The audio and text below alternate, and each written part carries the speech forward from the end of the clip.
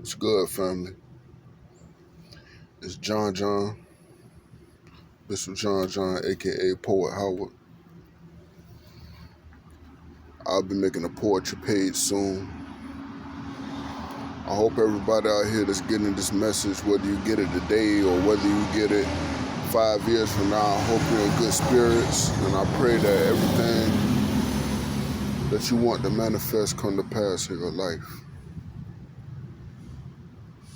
I'm here today to talk about the journey, the narrow path, and how it started with me, because that's the only way I can relate to it, is how I started, right? I started when I was about 15, I was dealing in drugs, gang activity, crime, things, that would have got me deep into a hole that would have been hard to climb out had I continued. If God ever granted me the chance to crawl out, it would get it to the point where blood was about to be shed. And the Most High gave me a vision around the age of 15. And I saw myself in a casket. Now, me being the spiritual person that I am now, that could have meant several things. But whatever it meant, it didn't mean anything necessarily good. Either my soul was dying, my spirit was dying, or I was literally going to get killed because I was really living like that on that road. And that's been a demon I've been fighting forever now. I'm just going to be real with you. Me being as spiritual as I am, as much as I want to do God's will, and as easy as it is to say it, man, I struggle with that shit every fucking day. That shit ain't no shit that you can just get rid of. And that's why I'm here to talk to young brothers and sisters who know what that path is like. You know what I'm saying? Especially when you in like a financial bind and, God is testing your faith in him or your confidence in him. How far will you really go with him? Will you go for broke for him? Suffer to go for broke for him and then the end be rewarded, or will you hey man, do what you gotta do. I'm here to tell you that you don't have to do what you gotta do. You do what you choose to do. And the choice is up to you, man. Like, yeah. Yeah, you can hop on the street and make a quick 100, 200,000. And I'm not talking about no fantasy shit. I'm talking about some real shit, so you can get on your feet, or you can trust the process. And that's where I went wrong. Not only am I going to break bread and share light today, I'm going to repent. I was on the journey. I was doing good. I finally gave my life to the Lord, publicly. And, I wanted to stick with it. I felt refreshed. I felt clean. I felt saved, man.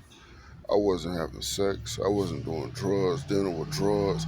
Anybody involved with the dark side, I didn't want any ties with them. I broke completely away from it. I was young in that shit, so I know what it was like. I knew where I was headed. I knew what the end of it was, right? I was really headed to prison or the grave real early. I'm not even talking 16 yet. So, but I felt like I broke free. I felt like the chains and the shackles that were binding me, I felt like I was finally free from them. You understand? And it felt good, man. I never felt like that a day in my life. It was like God's face was just like, you know what I'm saying? Felt good, felt free. A prophetess and a prophet came to me And they revealed to me that my calling was to preach. I was like, preach, I was like, preach. At first I was scared, right? At first I was scared. First I was like, nah, that's a big responsibility. And then I started looking at what the preacher communities, I started seeing preachers like what I knew and was revealed in the street at an early age. I started seeing at an early stage in being saved, like what preachers was really like. I wasn't paying attention because that's not what my heart was. My heart wasn't in the church, but when it wasn't there, I started seeing the same shit. Like my eyes open. God never leaves me blind. And there was a scripture, and it says, the blind leadeth the blind, that they too fall into the ditch. Excuse the glare from the sun. It's November and it's 85 degrees. My bad. And one moment. Sorry.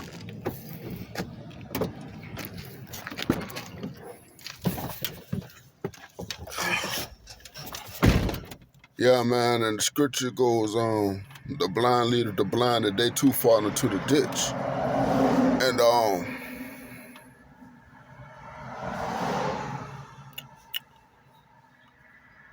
I started noticing that feeling, around the age 21, 22, that determination, that praying, that fasting that I was doing, I felt like I wasn't seeing results fast enough.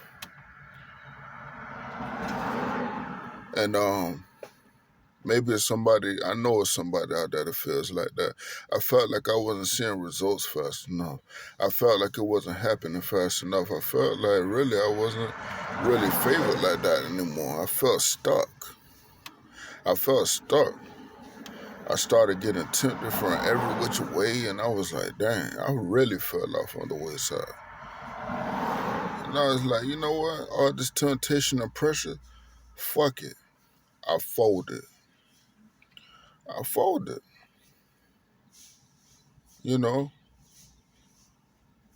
I look back. Like, damn, maybe it is something in the street that I'm missing. Maybe it is something out there in the world that I'm missing. This church shit, it really ain't for me, I feel like I'm in cuckoo land. You know what I'm saying? Like people are weirdos type shit. That's how I felt. And I just want to tell somebody out there that whenever you feel like turning around and the pressure's too much for you of this world, just know that you're right there. You're that close. I'm telling you, God don't put more on you than you can bear. I know that now. I wish I would have. Well, I knew that then, but did I really know? Or I didn't really trust it. I knew, but I didn't trust. And you're like, dang, did I know? Yeah, you know, but you don't trust. And that's where I went wrong. I knew, but I didn't trust. What's the point of knowing that you don't trust? It don't make sense, right?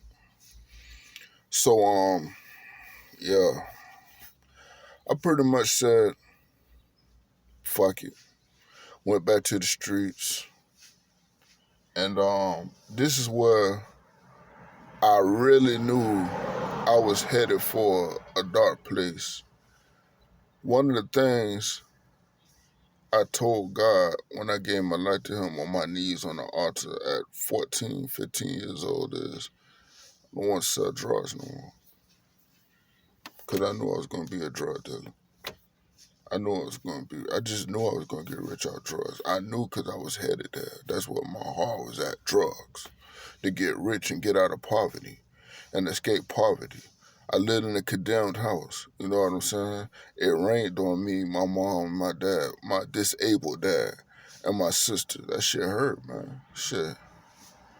God, and then now, that I think about it, God was with us still. In a condemned house, God was still with us. It rained on us, plaster fell in the bed from the ceiling, nails and screws with plaster and wood from the roof just fell in my bed when I was asleep at night, and God was still with me, man. None of my friends knew I was going through that shit. I'm not seeking sympathy, I'm just saying, like, nah, no. That's what led to me wanting to be the kingpin that I was headed to be, had I continued. But I knew deep down inside that I was more than a drug dealer, more than the game banger that I was, not game banger, but more than the gangster that I was evolving into. I knew I was more than that, but I just didn't have the guidance or the lead. That's no excuse though for you, young people. When you don't have the guidance and the lead, you seek it. Because the book says, seek it, you should find all the answers right there, man. We just don't pay attention or we don't trust it. We don't pay attention to it because we don't really believe and trust. And that's where I went wrong. I'm just not trying to get back in the saddle, man. 34 years old, bro. And look at me now. It ain't have to be like this. I could have been well on my way years ago, to be honest with you. But I can't be who I am and not be real, man. I got deep into some stuff that I truly regret. Now, in my 30s, became a father, met a wonderful woman, you know, who I do seek the intent to want to marry, if the Lord's will be so, you know. We're on spiritual journeys, and it's not about what we want or desire. It's about what God desires for our souls and spirits. Um, you know, three beautiful children. You know, two biologically, but I don't want to treat one different than the other. I'm not that kind of guy. Um, I'm just really breaking away from generational habits and curses now. I'm starting to feel free. I'm not completely free, but I'm starting to feel freed up. You know what I'm saying? It's like that one knot I gotta get out, and I'm gonna be there. You know what I'm saying? I'm gonna be good, and I pray I do. And I pray the same for you. Those of you who are in that bind and that bondage, and you're trying to find that light out behind that door, or you're trying to get that one knot out, that one knot, and you know you'll be free. Pray that you find it. Pray that you find it. I'm not hopeful for you because hope is not a word, that it's a false word. I desire that for you. Um, just hold on, man. Just hold on. You're being tested. Your faith is being tested. You're being tried. You can't be a man of God and never be tested and tried, man. You can't fold under pressure either and be a man of God. You don't give you money you can bear. You gotta be strong. You gotta solidify yourself, man. And you do that by trusting, tarrying, praying, and not worrying about what's going on around you or who got what or who's doing what, because that's another problem I had. You know what I'm saying? Confess your sins and be saved, right? Yeah. And it caused envy, and it caused grief, it caused jealousy. Yeah, all that for me. And I just pray that you break free from the matrix. You know what I'm saying? And never go back. Break free from the matrix, man. The matrix will swallow you up. And no, not Deborah. I know now. I knew then, just didn't trust. On the fence about it, straddling the fence with it, yeah. Me. Not completely sure. Am I being, am I being tested or am I being, am I going to get fucked in the end? Because I'm so used to being betrayed and backstabbed, you know? I'm not using that for an excuse because ain't no excuses in the end. You either going to be judged good or judged bad. So just hold on, man. Another thing that'll stop your journey is lust. That porn, them strip clubs, man, them women, man, being flirtatious. Let that shit go, man. Gonna cause problems not only in your physical life with your mate. Shit, you gonna cause spiritual problems. You'll detour yourself from what your journey is supposed to be. Stick to the task at hand, man. Complete the assignment. That's what I have to do. That's what you have to do. I'm not excluded. I'm included. And that's where I feel like God called me. I never leave myself out and I never take credit. Be easy, man. There's some stuff out there, man. There's some dark places and some dark people out there that'll draw you in and reel you in. You thinking you doing something right or you doing something, good or good for your flesh, but not the edification of your soul.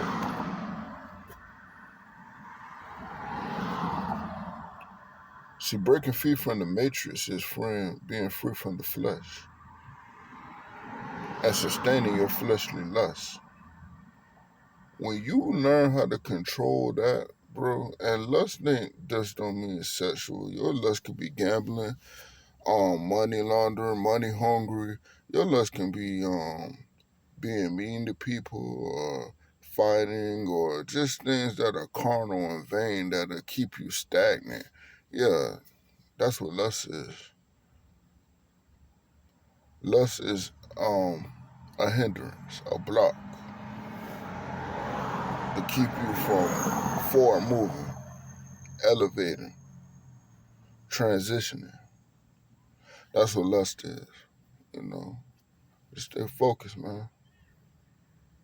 Just stay focused. I believe in you. And I'm starting to believe in myself because I didn't before. Another confession.